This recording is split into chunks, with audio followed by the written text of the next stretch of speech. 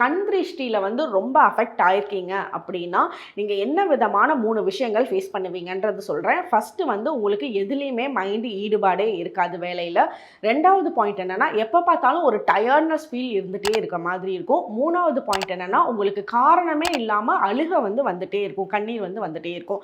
So இந்த 3 விஷயங்கள் வந்து ஃபேஸ் பண்ணுறீங்கன்னா ரொம்ப ஸ்ட்ராங்காக நெகட்டிவ் எனர்ஜிஸில், கண்ணு படுறதுல, திருஷ்டி படுறதுல அஃபெக்ட் ஆயிருக்கீங்க. இதிலிருந்து விடுபடுறதுக்கு உண்டான சிம்பிள் ரெமெடி சொல்கிறேன். இதுக்கு என்ன பண்ணலாம் அப்படின்னா, நீங்கள் தூங்க போகிறதுக்கு முன்னாடி ஒரு சின்ன டிஷ்யூ பேப்பரில் ஒரு கிராம்பும் ஒரு சூடமும் வச்சு அதை மடக்கி உங்களோட தலைவாணி கடியில் வச்சுட்டு, காலையில் எந்திரிச்சோடனே உங்களை நீங்களே ரைட் ஹேண்டில் வச்சுட்டு, உங்களோட கிராம்பும் சூடமும் ரைட் ஹேண்டில் வச்சுட்டு, கிளாக் வைஸ் வந்து ஒரு தடவையும், ஆன்டி கிளாக் வைஸ் வந்து உங்களை நீங்களே 6 தடவையும் சுற்றி போட்டுட்டு, இதை ஒரு சின்ன விளக்கில், மண் விளக்கில் வச்சு இதை வந்து விளக்கேற்றுற மாதிரி பர்ன் பண்ணிவிடுங்க. உங்களுக்கு இருக்க எல்லா நெகட்டிவ் எனர்ஜிஸும், கண் திருஷ்டியும் அடிப்பட்டு